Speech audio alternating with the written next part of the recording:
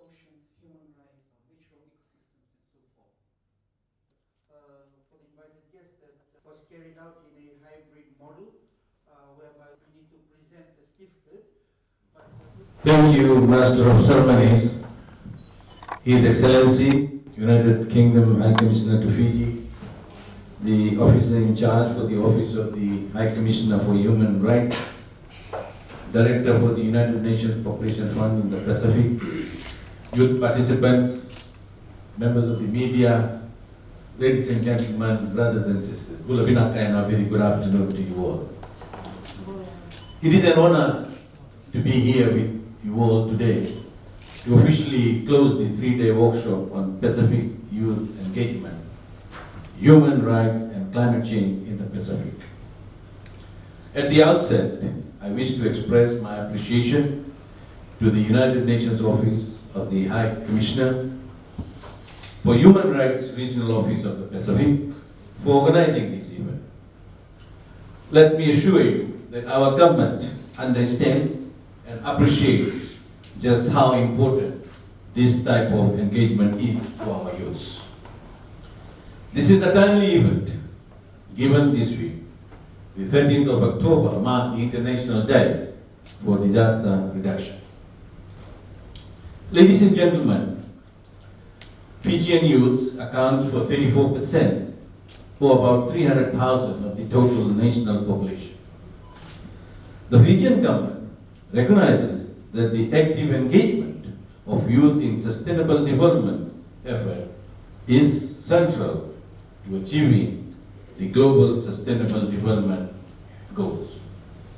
In this way, we outline our goals, objectives, and map cross-cutting areas and plan our approaches. This workshop has come in the middle of challenging times for all of us. And I must say timely in allowing for discussions and reflections, as I'm sure all of you have engaged in the past 3 days. As mentioned, globally, we have been badly affected by the COVID-19 pandemic. At this point, I must acknowledge the sadness that has swept across the world to so many families due to illness and death.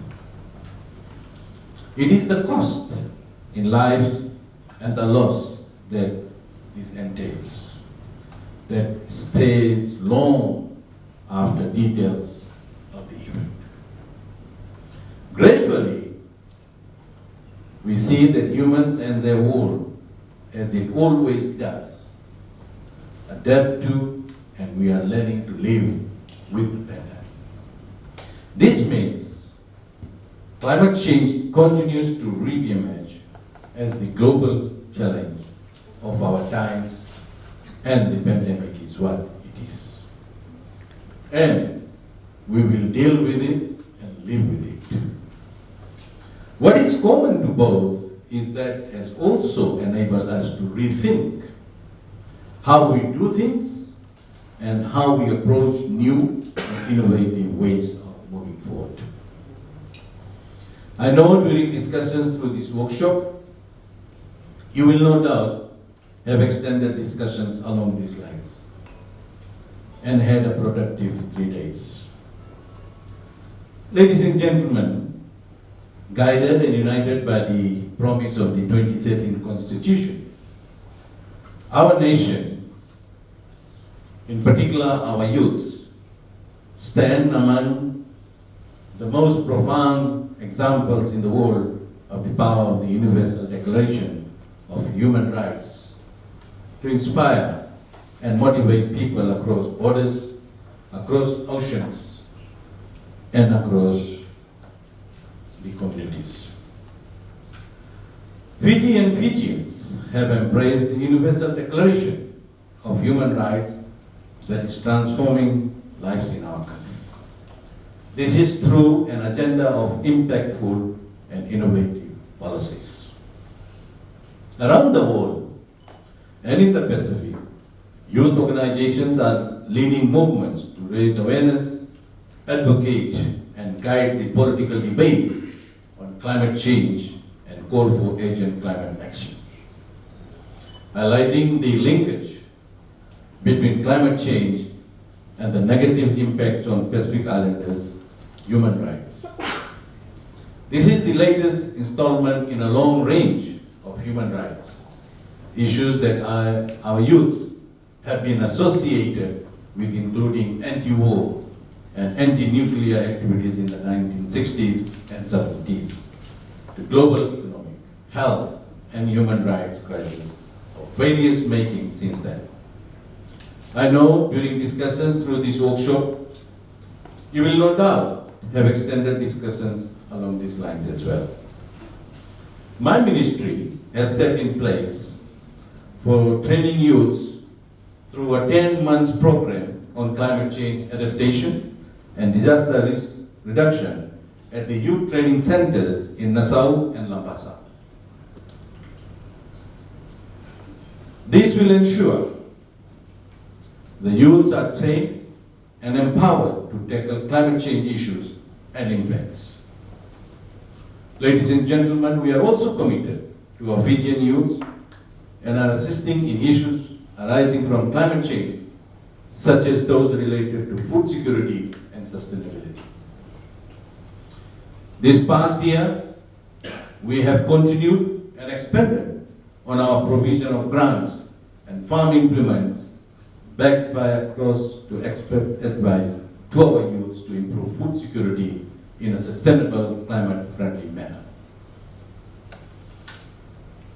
And by committing to accountability for our grants, the Ministry for Youth and Sport is committed to creating a structure that will continue to intensify this sector well beyond the pandemic. Under the ministry, our recent efforts have been to register and put in place a systematic manner of listing independent and accessible youth groups across Fiji. Time has come when we have to take stock of youth groups in this country. In the past year, we have appointed 29 youth officers, and a good part of their field and outreach work is in this area. This outreach program feeds into our youth network, and as you all know, the National Youth Council forms the upper body for the Fijian youths. Let me make it very clear. The Fiji National Youth Council is the supreme body, a legal body under the Ministry for Youth and Sports.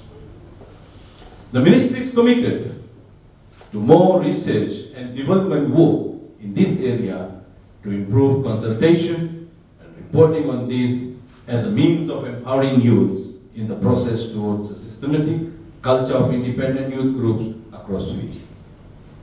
That does not mean that ministry will not work with other youth groups. They need to approach, and they must be responsible and answerable to the ministry. They must send the timely reports, and in particular, the accounts. On that note, allow me to thank the UN Office of the High Commissioner for Human Rights and the participants and the stakeholders for their contribution to this workshop. I know you will have many relevant takeaways from this workshop, and I look forward to its implementation and positive impact on all our youths and by the extension to our wider communities and the nation building. Vinaka, and thank you.